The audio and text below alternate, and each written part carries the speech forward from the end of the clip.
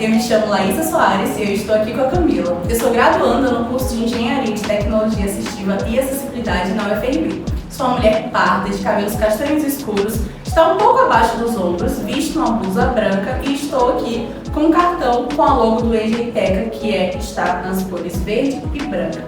Mila, por favor, se apresenta. Obrigada pela oportunidade. Então, eu sou Camila Caetano, sou fundadora da Acesse-me e estou vestindo um blazer cor cru.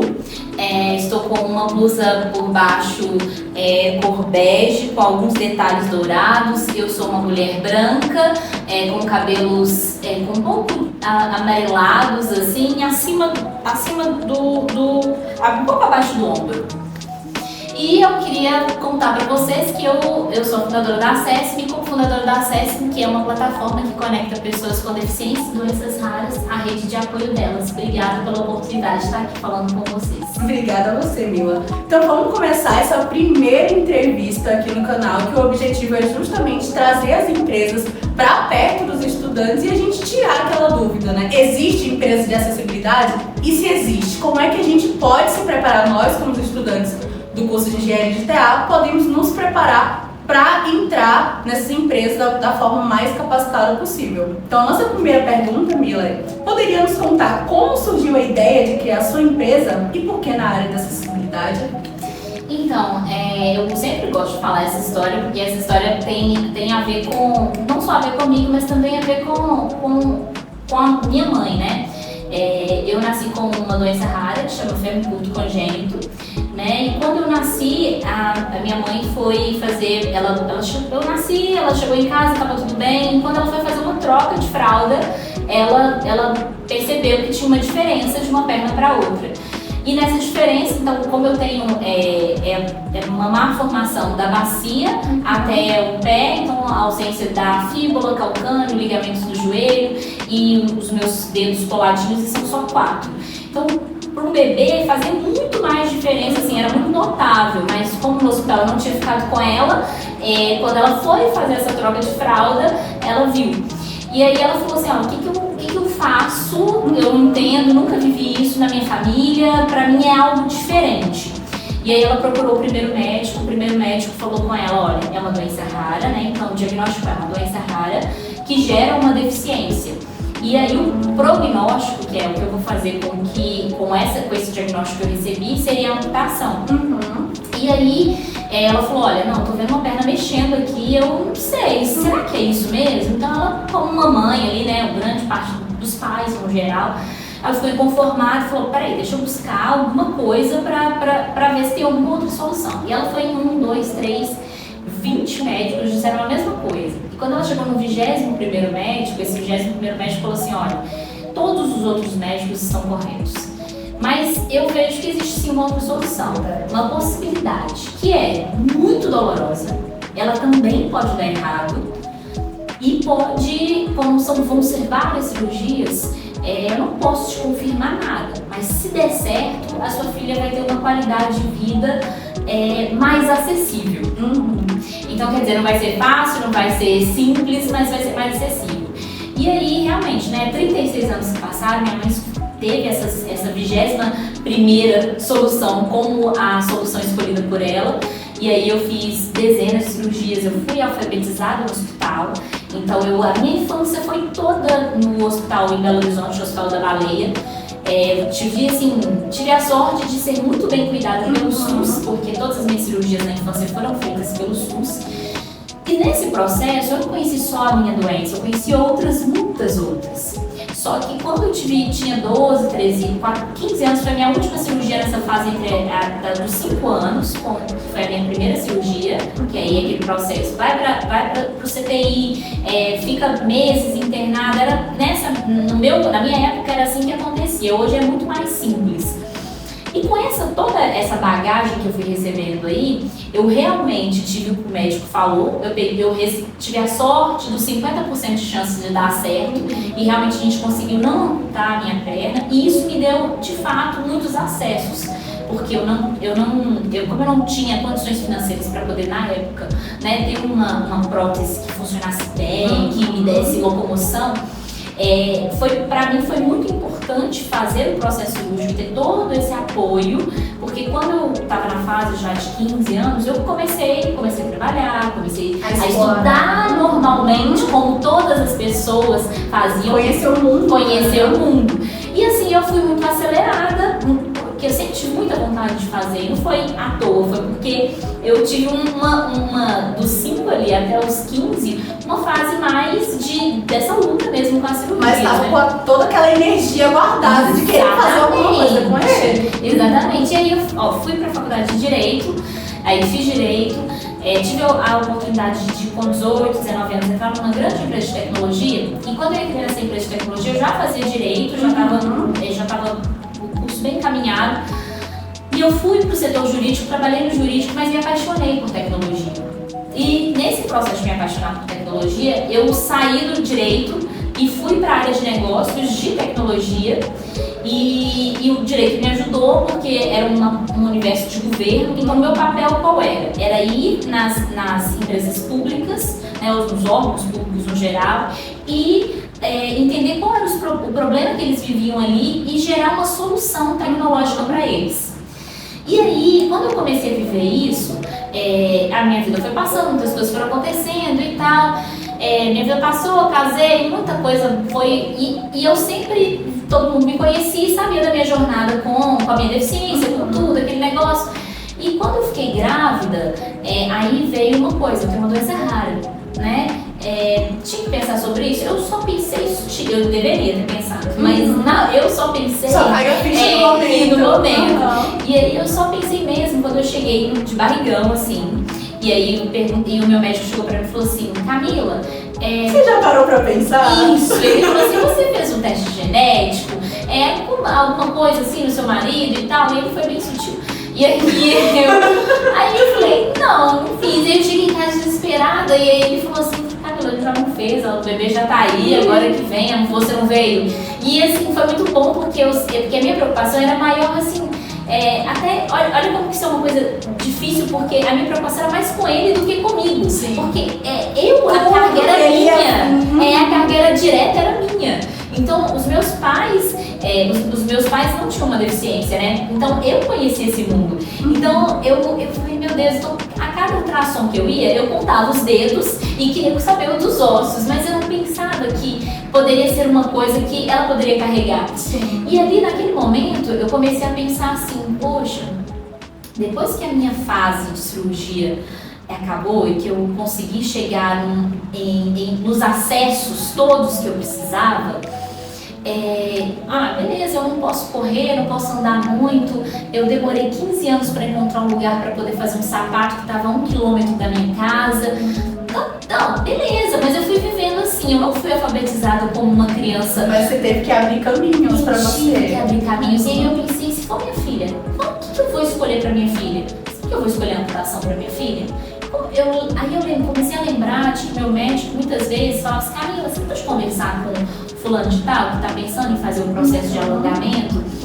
Será que dá para você pensar sobre isso e falar com essa pessoa? Porque às vezes, né, cada um tem a sua escolha, não tem certo nem errado, tem o que funciona para cada família. E tem que ver as possibilidades. Exatamente, porque cada um tem uma realidade. Sim. Então, nesse caminho, a Cécile começou a nascer junto com a minha filha. Porque com ela eu comecei a pensar como mãe. E aí eu comecei a pensar como a minha mãe sofreu para escolher os meus caminhos. Como cada vez que ela ia me visitar no hospital, porque naquela época as mães não podiam ficar com os filhos da minha idade, só com os bebês. E aí eu ficava sozinha no hospital. Imagina, eu fiquei meses sozinha no hospital.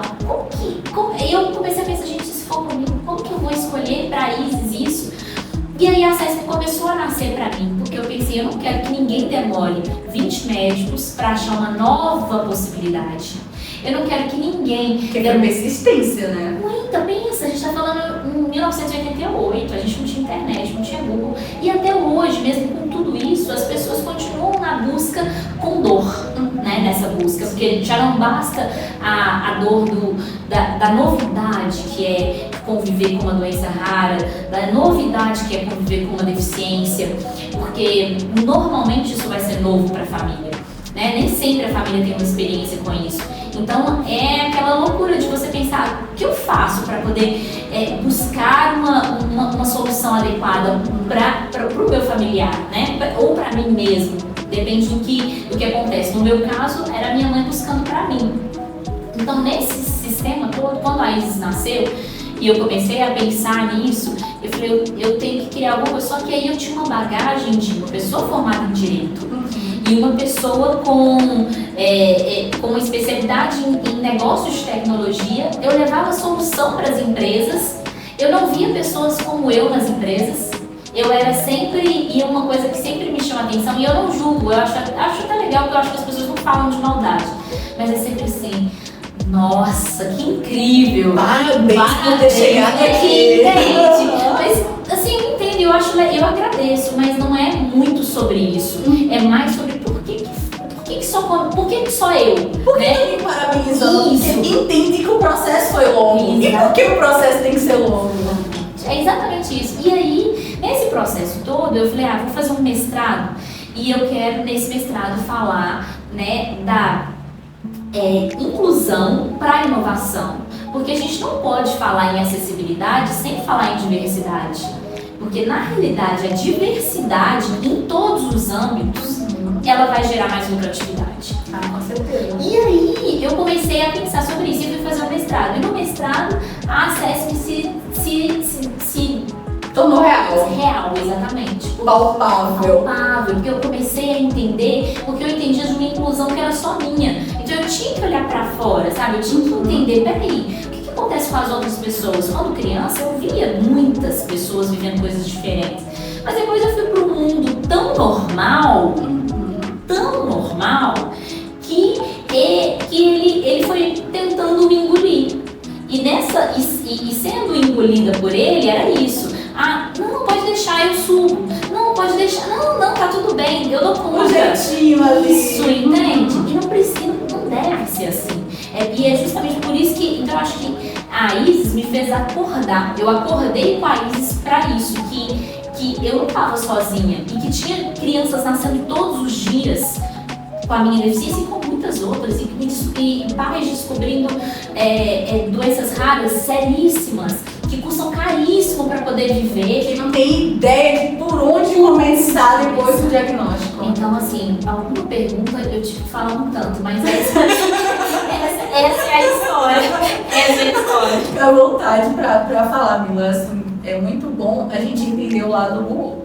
E eu queria trazer uma pergunta, trazer lá para o início da sua história, que me lembrou, lá a gente tem uma matéria que chama Concepções da Deficiência, que é dada pela professora Suzana. E a gente assistiu um documentário que chama Do Luto à Luta. Não sei se você já ouviu falar. Sim. Já ouviu falar? E aí eu queria trazer esse questionamento, que foi um debate que a gente teve em sala de aula, que é a questão do médico. O médico teve acesso a você. Isso. E só sua mãe em casa teve a percepção. Como você acha que a gente, não sei, pensar em conversar com o médico, em masterclass, não sei, em processo de conscientização, mas como você acha que a gente poderia contribuir com a medicina nesse quesito de dar possibilidades ao invés dos diagnósticos determinísticos e que tem que ser assim, e este é o caminho mais fácil e tem que eu contar isso? Como é que a gente traz essa conversa? Como é que traz essa pauta? Eu acho, é perfeito. Na realidade, essa é a minha maior preocupação hoje com a Acesse, que a gente começou pelo lado da pessoa com deficiência e a gente queria trazer esse usuário ali para a plataforma. E a gente continua querendo trazer esse usuário, que ele sou eu. Então ele é a chave de tudo isso. Mas a gente começou a pensar o seguinte, que é o que você falou aí. O médico, né, o profissional ali da saúde, que é a primeira orientação. Sim. E aí eu comecei nesse atual momento justamente fazer isso, falar assim, profissional de saúde, vem aqui. Deixa eu te falar. Senta aqui, vamos conversar. Eu preciso de você e as pessoas precisam de você, porque eu sei que eu costumo falar assim, que a gente, enquanto profissional, se a gente não parar, a gente vai pra roda do hamster. E a gente tá aqui, trabalhando muito, fazendo muita coisa e fazendo muito e o nosso melhor. Só que tem que ter alguma coisa, principalmente quando a gente tá falando de coisas inovadoras, tem que ter alguma coisa pra poder bater e falar, peraí, para um pouquinho E deixa eu te explicar uma coisa, a gente precisa de colocar você, por exemplo, o Dr. Wagner, que foi o 21º médico para conversar com todos esses 20 que estão ali atrás, para abrir a cabeça talvez, para poder... Será que não vale a pena a gente colocar em evidência os seus pacientes? Porque ontem eu ouvi uma coisa muito interessante. A gente tem que vender a fatia do bolo como se ela fosse o bolo inteiro. E eu acho que é muito isso. E qual que é o bolo inteiro dessa história? É a minha história, por exemplo. Porque ele falou que podia dar errado, mas ela deu muito certo. Sabe, não faz sentido nenhum realmente eu andar, ter toda a mobilidade que eu tenho, não faz sentido. Mas ela aconteceu. E foi com um trabalho brilhante de um médico que pensou diferente. E ele não anulou as outras possibilidades. Ele falou, vai ser difícil, mas se a família quiser, é uma possibilidade de dar muito certo. Tem uma chance e aqui é o caminho dessa chance. Exatamente. Quantos casos não são assim? Então eu acho que hoje, o que a gente mais quer na plataforma, que é justamente isso. Gerar uma comunidade médica ativa. E eu acho que a gente tem médicos hoje muito abertos. Sempre quando eu tenho conversado com eles, eu sempre falo, eu termino a conversa e falo, nossa, eu estou muito feliz de estar conversando com você. Porque eles são muito abertos, eles querem fazer, eles querem saber, eles querem trocar. Então, tem um livro que chama Crowdsourcing, O Poder da Multidão, que é justamente de onde parte a Acessme, que é justamente isso. Peraí, olha, a gente tem que se unir. Se a gente não unir, a gente não consegue. E eles têm o acesso. E o paciente, a primeira autoridade do paciente é o médico. Então, dentro dessa sua pergunta, é justamente isso que a gente quer fazer. Fortalecer essa comunidade e gerar um lugar de troca, porque um geneticista falou comigo assim, uma geneticista, ela falou, Camila, minha maior dificuldade é porque tá chegando pra mim uma criança com uma doença rara, mas antes de chegar em mim essa criança, ela passou por um pediatra. Normalmente vai andando, a fila vai andando atrás. Ela passou no pediatra, e o pediatra, obviamente, ele não tem obrigatoriedade de saber, e nem vai, porque nós somos humanos, então nós não vamos saber tudo.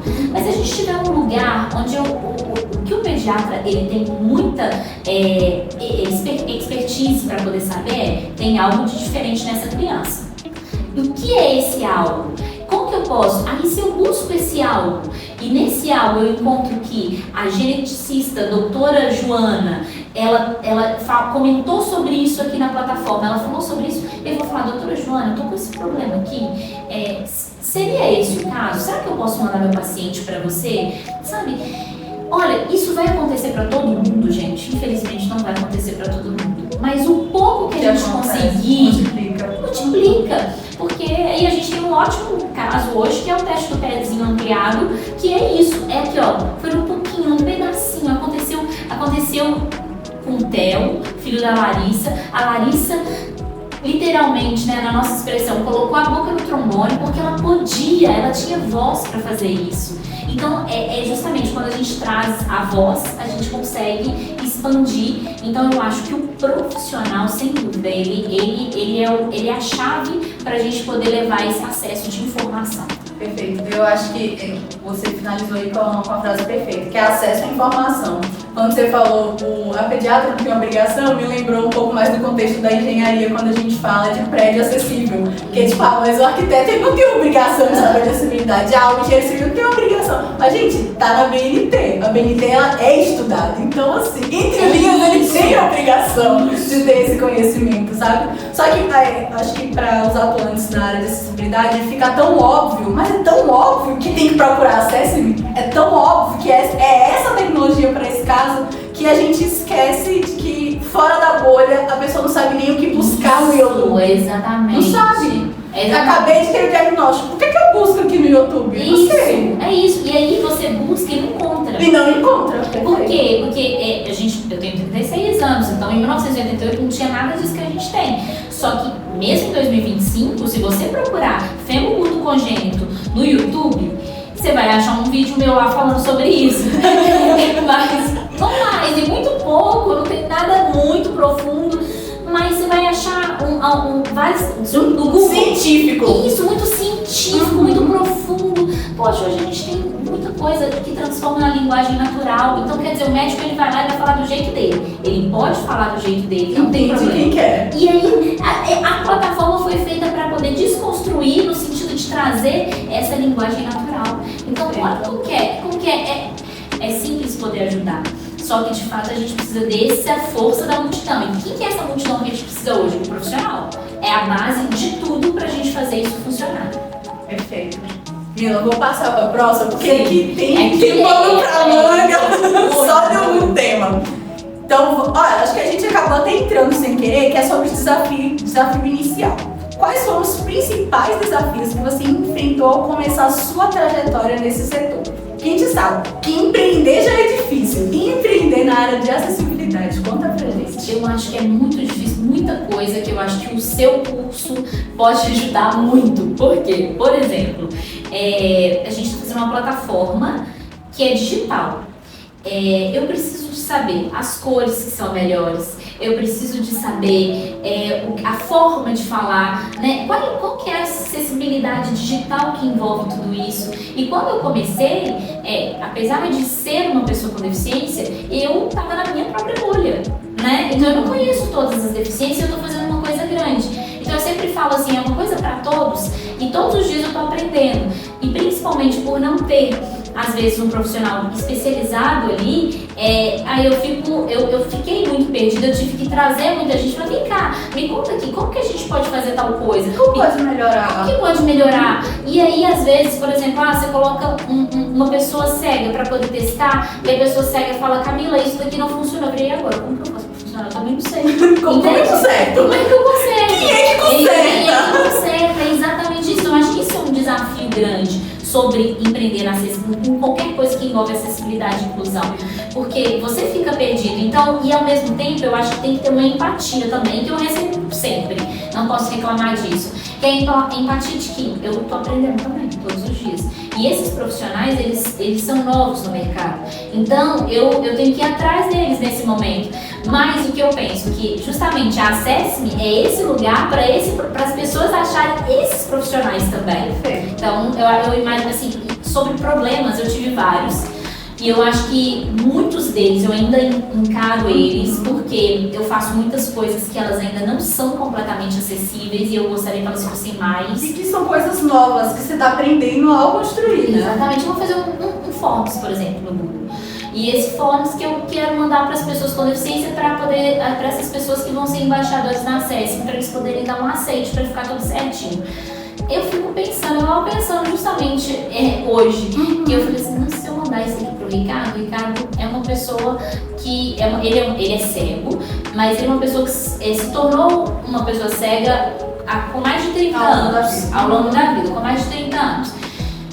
Então isso tem um fator interessante que para ele, muitas coisas ele tem uma memória e isso colabora.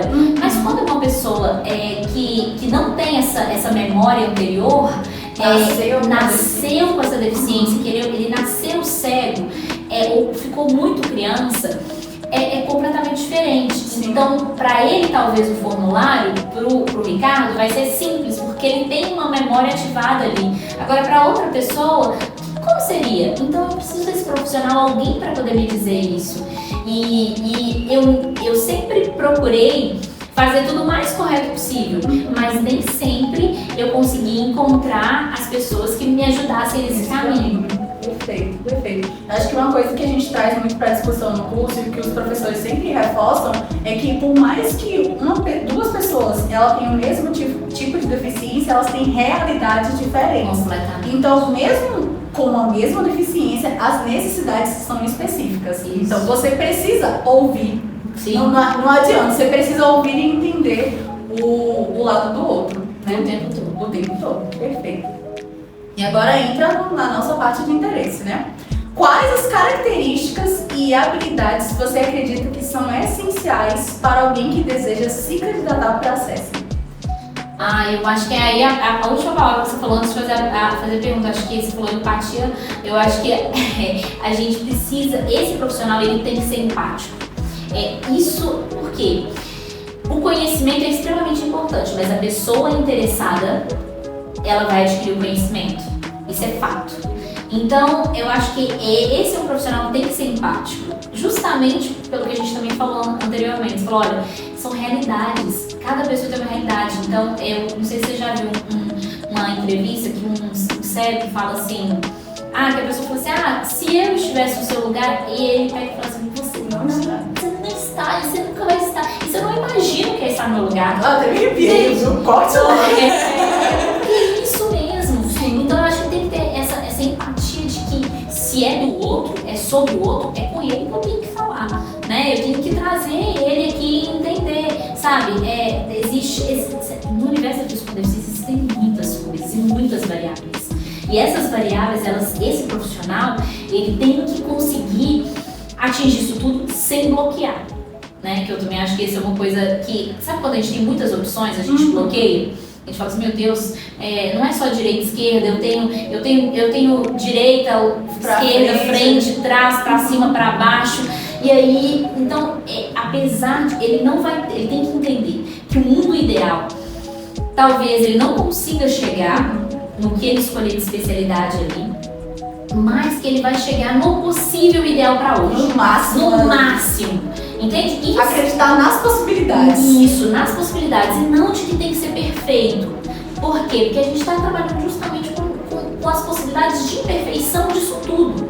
Sabe? Então eu acho que é muito isso. Por quê? Porque, como eu falei lá no começo, eu sempre estava acostumada, eu estava tão inserida num sistema de normalidade e que nesse sistema típico ali, eu falava, não, tá tudo bem, pra mim tá tudo bem, não, tá ok, não, eu subo, não, eu faço. E esse profissional ele é justamente para que essa pessoa, como a Camila, se sinta confortável em falar, não, pra mim tem que ser de tal forma. Mas por que eu não falava isso? Porque esse profissional não existia nos lugares onde eu estava. Então as pessoas tinham tanto desconhecimento do que eu precisava que isso ficava perdido. Então esse profissional, ele é fundamental, em tantas coisas que eu sempre falo, a acessibilidade atitudinal é a primeira de todas. É a primeira de todas. É a primeira de todas. Então eu acho que esse profissional, ele tem essa acessibilidade atitudinal, com empatia, ele é muito necessário. Por quê? E eu quero construir um mundo que precise muito desse profissional.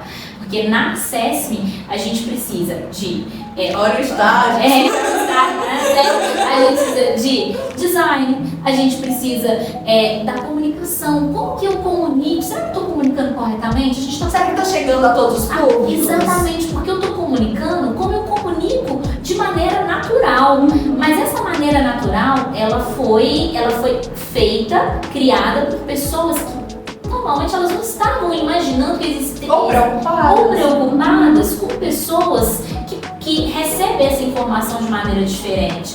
E aí a gente vai além, porque será que nas construções das empresas, as empresas elas têm que contratar pessoas com deficiência?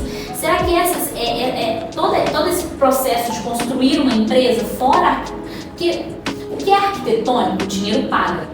Acho que é atitudinal, não. Dinheiro não paga. Então eu acho que tem o caminho é vasto, assim, desde a arquitetura, que é super importante, até o atitudinal, que ele parece que a gente não consegue ensinar, porque parece assim, não, a pessoa tem que ter nascido assim, não, mas eu acho que não. Eu acho que a gente consegue sim, porque isso é exemplo, né? Então eu acho que dentro dessa visão é justamente isso, esse profissional, um profissional que traga isso tudo aí pra gente. Perfeito. E como você enxerga a empática que você... A gente tá tão conectado que vai um puxando o outro. Como você enxerga a importância de um curso como Engenharia de Tecnologia Assistiva e Acessibilidade para o mercado? Acho que dá pra puxar no gancho do que você estava falando. Não, porque é exatamente isso. Porque se você... E aí eu acho que a gente tem que trazer métricas. Métricas no sentido de diversidade gera mais dinheiro. Então, não adianta ser diverso se eu não conseguir incluir, né? Porque às vezes eu quero ser diverso. Vem aqui, tá todo mundo bem recebido. SG, métricas batendo. Mas só que não. Porque na realidade é o seguinte, outro dia eu falei com uma empresa, eu falei, não, se você não contratar, às vezes você está incluindo. Porque você contratar uma pessoa sem ter estrutura para poder receber... Ou não se preocupar em preparar o ambiente, o local, que inclusive é uma área de estudo, me fugiu o nome da palavra agora, mas é uma área de estudo esse processo de adaptação do setor de trabalho para a pessoa. Sim. Porque não adianta, né? Você, beleza, as empresas precisam cumprir, acho que é 1 a 2%, né? De 1 a 5%. De 1 a 5% a partir de 100. Uhum. A partir de 100 funcionários. Então, tem que cumprir aquela cota ali, mas traz a pessoa e a pessoa fica fazendo atividades altamente irrisórias, mesmo sendo uma pessoa extremamente capacitada, precisando ali apenas da tecnologia ou da adaptação de local. Exatamente. E aí, eu lembro muito que tinha uma amiga que o pai e a mãe são surdos. E o pai dela trabalhou muitos anos, ele é super ativo no meio da inclusão. Ele trabalhou muitos anos numa grande empresa e ele trabalhava lá tirando xerox. Essa pessoa, ele falava 17 línguas em línguas de sinais, que como português e inglês, né? Cada país tem a sua língua ali. E aí ele falava essas 17 línguas em línguas de sinais. E olha pra você ver que coisa. E ele aposentou como uma pessoa que estava ali tirando xerox. Então, quer dizer, eu acho que isso não foi aproveitado. Não foi aproveitado, essa cabeça brilhante ali, sabe? Então, eu acho que é aproveitar todos esses potenciais. E aí, eu acho que a diversidade, quando a gente traz a acessibilidade para dentro das empresas, a gente... Então, pronto, eu sou diverso. Então, não estou trazendo as pessoas. Eu sou acessível. Aí, se eu sou acessível, eu preciso de entender como que eu vou ser acessível. Então, vamos dar exemplo de, pode ser uma grande marca de cosmético. Então, uma grande marca de cosmético quer ser acessível. Então, ela vai pensar em várias coisas. Primeiro, existem pessoas que têm, se a gente está falando de cosmético, existem pessoas que têm problemas de pele, né? E aí, às vezes, doenças muito severas. Será que esse é um público que ela também pode atingir? Quantas pessoas são? É X esse número, então eu quero atingir esse X. Então tem pessoas que têm vitiligo, por exemplo. O que essas pessoas utilizam? Tem pessoas que querem querem fazer maquiagem, mas que elas não têm a função motora é diferente, essa função motora é menor. Como que eu faço? Como que é a pegada? Esses profissionais que estão sendo formados pela universidade, eles estão prontos para poder atuar em todas essas camadas. Se a gente falar de automobilismo, a gente tem um mundo de coisas. E normalmente, às vezes, os carros adaptados, eles têm que ser readaptados. Porque tem várias coisas que a deficiência é muito ampla. Adapta de forma geral para a pessoa readaptar a realidade dela. Exatamente. E a gente tem um tanto de empresa que faz isso. E essas empresas não têm esses profissionais. Elas aprenderam na raça a fazer isso. Tem que apertar aqui, tem que ajustar aqui. Exatamente. Sem nenhuma ponto. Então eu acho que esses profissionais, eles vão ser bem-vindos e eles precisam de ir para esse lugar. Então eu acho que a acessibilidade para o mercado, ela é fundamental. Tem que ser falado isso. Enquanto isso for uma coisa à margem, a mais. Exatamente. Aí não vai. Então a gente tem que trazer, tem que ter lugar, sabe? Eu acho que hoje a gente tem que ter 40% de mulheres, não sei se é esse o número certo, mas eu acho que nos conselhos de empresa e tal. Que legal. Eu sei que existe uma briga com relação a cotas, mas eu sou super a favor de cotas porque as cotas elas vêm para poder equilibrar. Se elas não existissem, a gente não estaria falando aqui possivelmente. Então elas precisam de existir para poder equilibrar. E se elas existem é porque está desequilibrado. E está desequilibrado. Então eu acho que trazer isso. E as pessoas com deficiência? Qual que é o número de pessoas com deficiência no Senado, na Câmara? Sabe? Tem professores na Universidade Federal, tem professores com deficiência, qual o número? O que impede essas pessoas de chegarem lá? Essas pessoas não estão chegando. Entendeu? O que está impedindo elas de chegarem lá? Então eu acho que trazer tudo isso, que eu acho que a Universidade Federal ela já faz um movimento muito interessante sobre isso, e eu acho que isso é muito legal, só que eu acho que a gente tem que sair desse lugar e sair do lugar também de falar assim, que eu acho que é uma visão contrária, né, que nossa, mas tá militando e tal. Sim, gente, precisa disso. Infelizmente, eu não gostaria, mas precisa. Eu adoraria estar sentada no meu sofá e tá tudo resolvido. Mas se não tá resolvido, alguém tem que fazer. Então, eu acho que o mercado, ele pede, ele precisa, mas não sabe. E eu sempre costumo dizer que isso parece uma coisa muito interessante, assim. Eu não usava, pode falar a marca aqui? Pode. Eu não usava iPhone. E aí eu usava... Esse canal com 1 milhão de seguidores. Eu não usava iPhone. Eu não usava. Aí eu pensei assim, não, agora eu era contrário. Eu falava, não, hater. Eu era hater total de iPhone. E aí eu falava, não quero, pra que esse telefone caro? Não faz diferença nenhuma. E aí um dia eu tive um problema com o meu telefone, e meu telefone era Xiaomi, porque eu era dessas, e aí eu queria mesmo, não, quero economizar, funciona bem e tal, e ok. Compre o que eu quero. E compre o que eu tô precisando. E aí um dia eu fui ler um pouco a mais sobre isso, e aí eu falei, gente, acho que eu tô precisando de um iPhone. E aí quando eu tive, eu entendi o que as outras pessoas falavam. O que falavam, amigo? As pessoas falavam assim, que é caro. E as pessoas falavam assim, é caro. As pessoas falavam assim, olha, mas você vai precisar, se você precisa de otimizar o seu tempo, ele funciona, ele entrega, ele é rápido, A ele tal da experiência de usuário. É experiência. Então eu acho que às vezes o mercado é a mesma coisa do iPhone.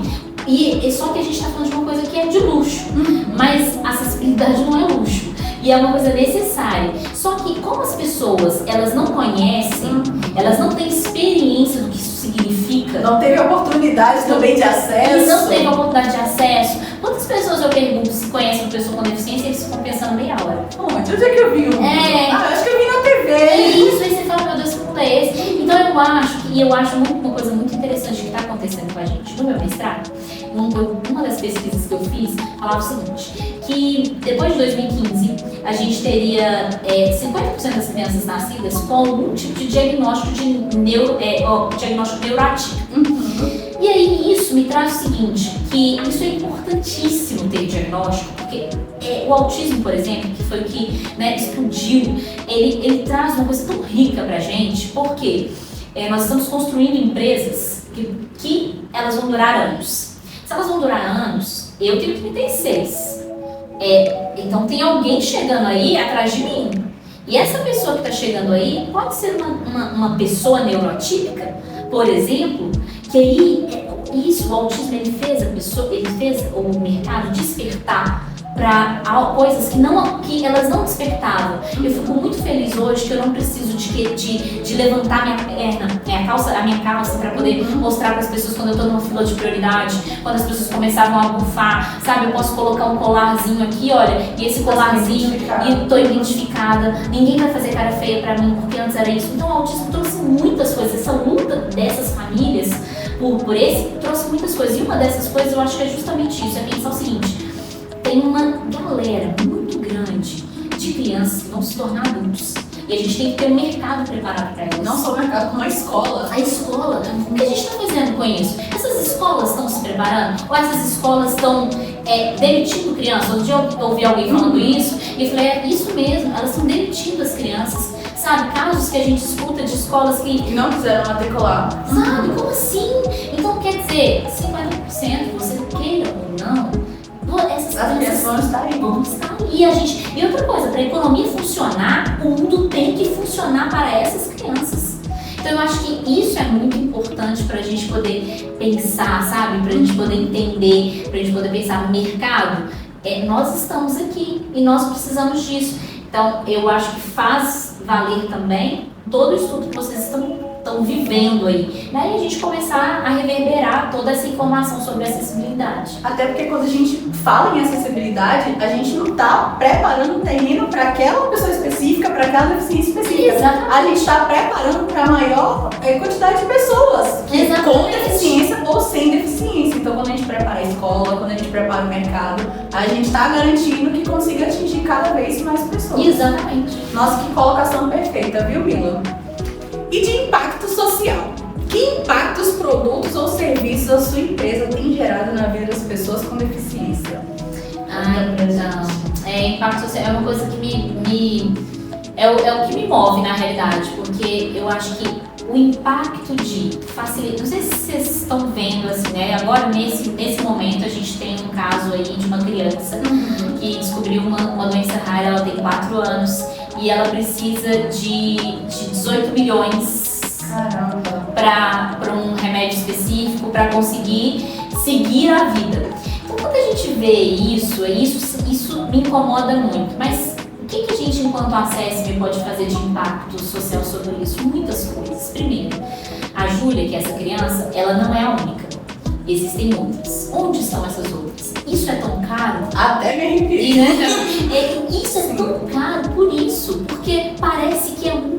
Mas será que é o mesmo? Sabe? Será que quantas pessoas precisam disso? Cadê a força? E por isso a ACESP, né, na minha visão e tudo que a gente estudou para poder estar aqui, é tão importante. Por quê? Porque ela dá voz e ela une as pessoas de força. Porque uma vez, quando eu estava fazendo mestrado, uma argentina falou assim comigo. Tinha um grito de guerra aqui na Argentina quando a gente estava em guerra e tal. E aí esse grito de guerra é o seguinte: que os irmãos estejam unidos, porque se brigam entre si, os de fora os devora. E eu ouvi isso e eu nunca mais esqueci. Por quê? Porque eu acho que a gente precisa estar unido. E a união da ACESP é justamente para poder viabilizar coisas que às vezes parecem muito impossíveis, sabe? Gerar acesso de fato. Então, se eu sei, né, se eu consigo unir os médicos, porque tem médico aqui tratando a Júlia, e com certeza essa solução está lá nos Estados Unidos, por exemplo, e esse médico, será que se esses médicos conversarem, será que se eles olha, aqui, beleza, eu não vou conseguir 18 milhões para poder ajudar a Júlia, enquanto isso, o que seus pacientes fazem? Enquanto eu não consigo esses 18 milhões, o que está acontecendo? Tá, vamos lutar. Você tem mais paciente? Lá na China tem também alguém que está lutando com essa doença? Olha, não é só a Júlia não, é para mais 4 pessoas. Começa as Júlias a aparecer. Se uma apareceu, nossa, mas eu tenho isso também. Exatamente. E se a gente pular de 18 para 16, já melhora. Se a gente pular de 18 para 10, já melhora. Por quê? É muito caro? Porque é muito específico. Então, se for para mais gente, vai ser mais barato, óbvio.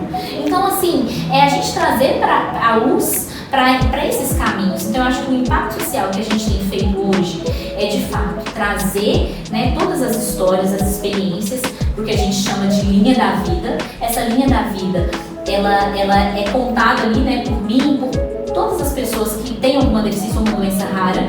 E a pessoa que está chegando, com a Camila que está nascendo hoje, né, a mãe que está ali procurando, fez um culto congênito e ela vê a história da Camila, ou vê a história do João.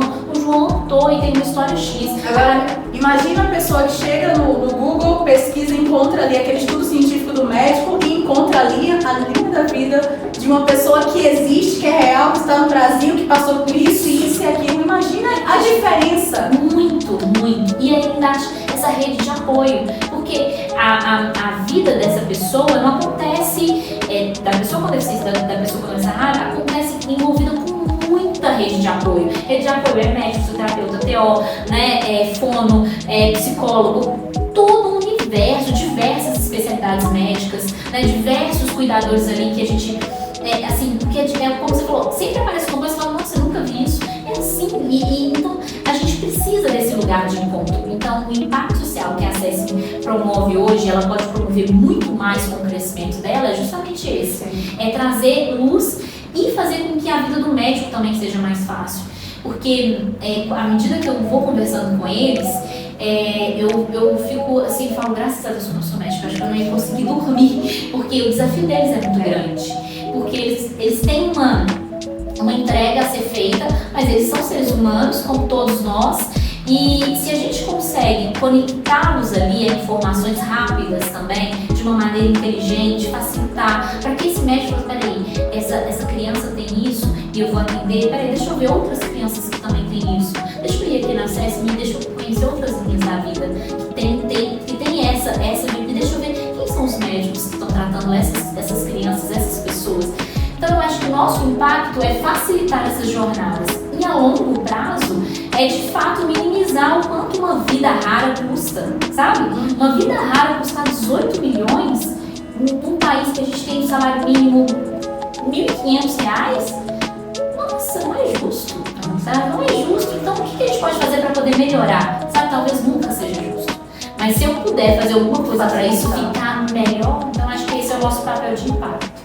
Perfeito. Nossa, vieram tantas ideias aqui na minha cabeça e assim, desde a primeira vez que eu ouvi falar da Assessme, há 3 anos atrás, que a gente discutia, eu falei, gente, mas eu queria ter ideia, eu queria falar mais alguma coisa, ajudar com mais alguma coisa, porque é uma ideia incrível. E eu acho que é um problema que as empresas de acessibilidade enfrentam também, é da informação chegar nas outras pessoas fora da bolha. E eu acho que é só isso que a Assessme precisa, sabe? Chegar nas pessoas para que as pessoas compartilhem e mostrem. E quando tive o conhecimento de uma pessoa com deficiência ou de uma doença rara, a primeira coisa que pensar, cara, eu sei que é a Assessme que eu pesquiso, assim como a gente pensa no Google, sabe? Exatamente. Eu acho que é essa visão que eu tenho da Assessme, eu acredito demais, confio demais, acompanho desde sempre e assim, eu tô muito feliz de você estar aqui contando essa história, tá? E pra gente finalizar, a gente vai finalizar com um conselho. Se pudesse dar um conselho para quem está começando no curso agora, pensando nos desafios que você enfrentou, qual seria? Eu acho, por favor, continue, né? Continue. É difícil. Continue, é importante, continue, por favor. Eu acho que isso é o que eu diria, assim, continue, porque a gente precisa. E uma coisa que alguém falou outro dia, falou assim, olha, o sistema do mundo, eu acho que tem que ser claro, assim, para esse estudante. O sistema do mundo, ele é de alto consumo, né, poxa, as empresas mais ricas do mundo e do Brasil, elas estão normalmente extraindo para poder gerar dinheiro e tá tudo ok. E só que esse curso, como a minha empresa também, ele tá indo contra a maré. E contra a maré realmente é difícil. E a gente tem que achar caminhos nessa maré que tragam, de fato, acesso para o que a gente quer gerar de transformação. Então eu acho que não desistir, porque eu já tenho tantos anos criando e a gente sempre sente que está no início, mas eu já aprendi tanta coisa e eu tenho certeza que isso é valioso e a gente está no caminho. E eu acho que esse mundo que está recebendo essas novas crianças, recebendo esses diagnósticos e essas mães e essas famílias tão corajosas, isso não é à toa, sabe? Isso é importante, porque essa nova geração vai exigir esses profissionais. Essa nova geração precisa. E eu acho que em média de 5 a 8 anos, mais ou menos, a gente vai ter uma necessidade de transformação do mercado de trabalho em uma magnitude que ninguém tem ideia. Nem a gente que trabalha com isso. Mas eu acho que, sabe quando, não sei, deve ser muito novinho, mas dá muito tempo lá atrás, as pessoas falavam assim, nossa, vai fazer psicologia? Não faz psicologia não. Gente, imagina hoje, o psicólogo não tem agenda. Não tem agenda, sabe? Então eu acho que o mundo muda e a gente tem uma luta muito grande. Eu acho que nesse momento eu diria para esse novo profissional que está nascendo aí, continue. O mercado precisa de vocês e vai ser uma urgência assim muito verdadeira, muito autêntica e de propósito. E que maravilha é você entregar para o mundo um trabalho, ganhar por ele e fazer o seu propósito. E de quebra mudar o mundo. Mudar o mundo, entende? Isso é muito bom. Então, assim, é isso. Então, eu desejo que vocês continuem, que vocês sigam firmes, porque o mercado precisa de vocês. Perfeito.